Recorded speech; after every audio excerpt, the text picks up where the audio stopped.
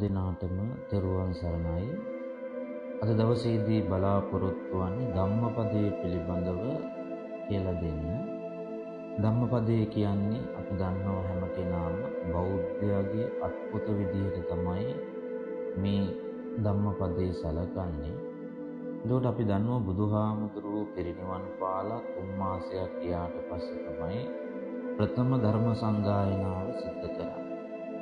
එතකොට මේ ප්‍රථම ධර්ම සංගායනාවේදී තමයි බුදුහාමුදුරුවෝ දේශනා කරපු ධර්මය විසිරිච්ච මල් ගොඩක් වගේ පැවතුන නිසා කල්පනා කරනවා මහා කාශ්‍යප මහරහතන් වහන්සේ මේ විසිරිච්ච ධර්මය එක්කාසු කරලා සංගායනාවක් සිද්ධ කරන්නේ. ඒ අනුව තමයි එදා ප්‍රථම ධර්ම සංගායනාව සිද්ධ කරන්නේ. මේ ධර්මය ප්‍රධාන වශයෙන් 84000ක් ධර්මය සූත්‍ර විනය අභිධර්මය කියන කොටස් තුනකට බෙදලා සංග්‍රහිත කරන්නට යෙදුණා.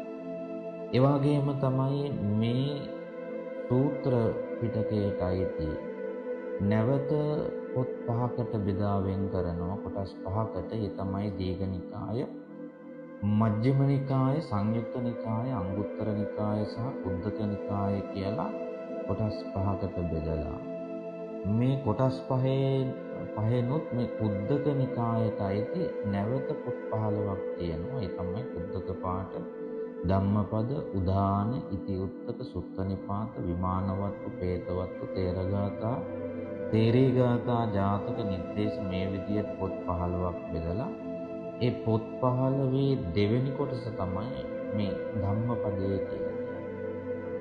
එතකොට මේ ධම්මපදයේ ගත්තාම ධම්මපදයේ වර්ග 26ක් තියෙනවා. සමස්ත ගාථා සංඛ්‍යාව 423ක් වෙනවා.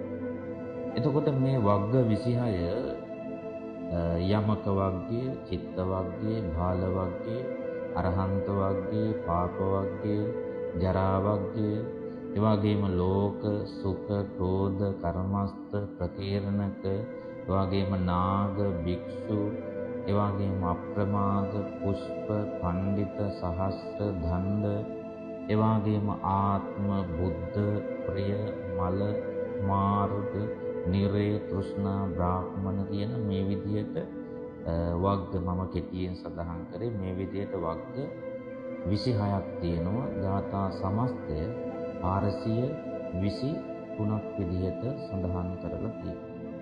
එතකොට මේ ධම්මපදය ගත්තාම ධම්මපදයේ ලෝකයේ විශාල රටවල් ප්‍රමාණයකට පරිවර්තනය කරලා හැම කෙනාම පරිශීලනය කරන්න පුරුදු වෙලා තියෙන මහා වැදගත් ජීවිතාදර්ශ බොහෝමයක් ලබා දෙන පොතක් විදිහට මේ ධම්මපදය අපට හඳුන්වන්න පුළුවන්.